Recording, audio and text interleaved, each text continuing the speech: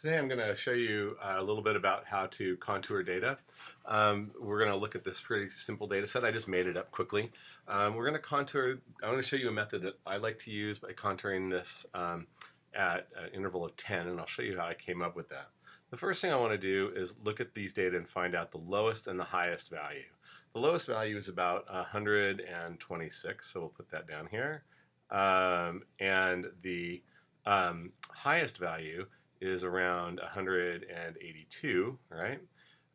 So when I look at this, I want 4 or 5 contours for my data just to show the general shape. And so if I did 130, 40, 50, 60, 70, 80, I get just about the right number of them.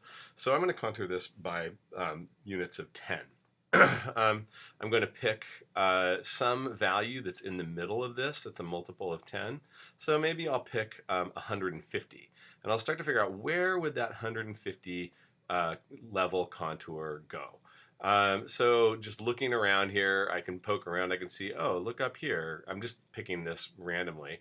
The 150 would probably go somewhere around there, between 148 and 157. I'm going to compare around that 148 and notice, oh, look, it goes over to 182. It must go between there, but maybe a little bit closer to 148. I could look between 148 and 160, or 148 and 178. And if it's between 148 and 160, then I'd predict that it goes somewhere around here-ish. Where do I go out from there? Well, it's looking like I should go look in this direction. So, oh yeah, look between 143, 160, be a little closer to 143. And now if I were to look between 126 and 160, it would be coming in a little bit closer there. Okay, so now I could go ahead and connect those dots in a smooth curve, but I'm not done yet, right? Because the 150 also doesn't go between these two, but it will go between these two, closer to the 150. And it will also go between these two, right? Maybe a little bit closer to the 143. So here's my 150 doing something like that, all right? And I'm immediately going to label my contour. You notice that I didn't close the contour, I just let it go off into space. Now I know where my 150 is, right? And I'm saying everything along there is my 150 line. So now I could just as easily do 160 or 140. Let's do 140, right? So this would be where 30, 40 would go somewhere around here between these two.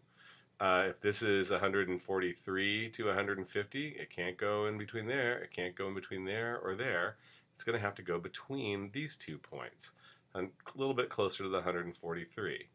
Based on the shape of this contour, I would make a relatively smooth line that sort of mirrored that shape a little bit. And this is an estimation of the 140 contour. The 130 have to come between these two, and it might do something like this. And I can work my way up from the 150 as well. I might have a 160 that goes here, and there's the 150 following along. Oh, the 160 can't go between these two values, so it must come outside of those values, maybe somewhere over here. So I have an idea that it's going to do something like this. And it probably goes out around here because notice 157 to 182, it's going to have to come closer to the 157. The 160 is going to have to come here. If we said 150, 60, 70, 80, then it must come in about here. And then, of course, it's going to have to pass right through the 160 like that. So there's my 160 contour. And the 170 would follow pretty logically from that. It'd be a little closer to the 178 here. There it is there. Use the other contours to guide it. And it might do something like this. And then the 180 would do something like that. All right. Those are my contours. I'm just comparing points around there. Also, you might be interested to see how something might flow down a gradient like this or move down a gradient. If I pick a starting place here, remember that things are going to move perpendicular to the lines of equal height. So I'm going to draw a line that does something like this. And notice when it intersects these lines, it intersects always at a right angle. So that's going to be a flow line if we're talking about groundwater, or the steepest path downhill if we're talking about the ground surface.